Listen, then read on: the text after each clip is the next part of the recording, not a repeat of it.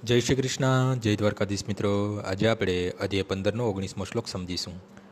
યો મામેવ સમૂઢો જાનાતિ પુરુષોત્તમમ સ સર્વવિપચતિ માં સર્વભાવેન ભારત. જે કોઈ મનુષ્ય સંશય રહિત થઈને મને પૂર્ણ પુરુષોત્તમ પરમેશ્વર તરીકે જાણે છે તે બધું જાણનારો છે. માટે હે ભરતપુત્ર, તે મનુષ્ય મારી પૂર્ણ ભક્તિમાં પરોવાઈ જાય છે. જીવ તથા પરમબ્રહ્મની સ્વરૂપ સ્થિતિ વિશે અનેક પ્રકારના તાત્વિક અનુમાનો કરવામાં આવ્યા છે. આ શ્લોકમાં ભગવાન સ્પષ્ટપણે સમજાવે છે કે કોઈ મનુષ્ય ભગવાન કૃષ્ણને પરમ પુરુષ તરીકે જાણે છે તે સર્વ બાબતોને જાણનારો છે. અધૂરું જાણનારો માણસ પરમબ્રહ્મ વિશે માત્ર અનુમાન કરતો રહે છે, પરંતુ પૂર્ણ જ્ઞાની પોતાના બહુમૂલ્ય સમય વેડફ્યા વિના સીધો કૃષ્ણ ભાવનામૃતમાં અર્થાત ભગવાનની સેવામાં પરોવાઈ જાય છે. સંપૂર્ણ ભગવદ્ ગીતામાં આ તથ્ય ઉપર દરેક પગલાં ભાર મૂકવામાં આવ્યો છે.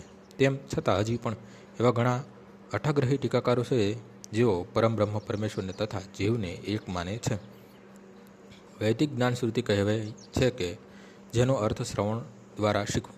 વાસ્તવમાં મનુષ્ય વેદના સંદેશને કૃષ્ણ તથા તેમના પ્રતિનિધિ જેવા અધિકારી પુરુષો પાસેથી પ્રાપ્ત કરવો જોઈએ. અહીં કૃષ્ણએ દરેક બાબતનો વિશિષ્ટ ભેદ બહુ સરસ રીતે દર્શાવ્યો છે.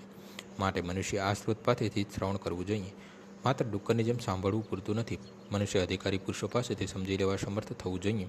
તે માત્ર સૂક્ષ્મ ચિંતન કરતો રહે એ બરાબર નથી. તે વિનયપૂર્વક ભગવદ્ ગીતામાંથી શ્રવણ કરવું જોઈએ કે આ સર્વ જીવો પૂર્ણ પુરુષોત્તમ પરમેશ્વરને સદા આધીન હોય છે. જે મનુષ્ય આ જાણવા શક્તિમાન બને છે તે ભગવાન શ્રી કૃષ્ણના કથાનુસાર વેદોના હેતુને સમજે છે.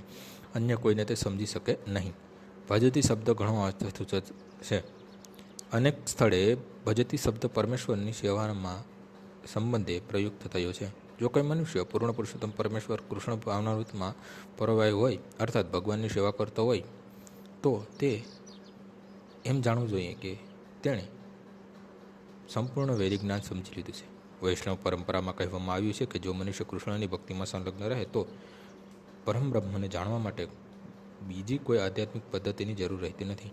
ભગવાનની ભક્તિમાં સંલગ્ન રહેવાને કારણે તે અગાઉથી જ મુખ્ય મુદ્દો સમજી ચૂક્યો હોય છે. તેણે જ્ઞાનની સઘળી પરંપરાનો પ્રારંભિક પ્રક્રિયાઓ પૂર્ણ કરેલી હોય છે. પરંતુ જો કોઈ મનુષ્ય લક્ષવધી જન્મો સુધી ચિંતન કરતા રહેવા છતાં એવા મુખ્ય મુદ્દા પર આવતો નથી કે કૃષ્ણ પૂર્ણ પુરુષોત્તમ પરમેશ્વર છે તથા તેનું ચરણ લેવું જોઈએ, તો આટલા બધા જન્મનું તેનું ચિંતન નિરર્થક થઈ જાય છે. આજનો શ્લોક અહીં પૂર્ણ થાય છે. આવતીકાલે ફરીથી સવારે 6 વાગ્યે મળીશું. જય શ્રી કૃષ્ણ.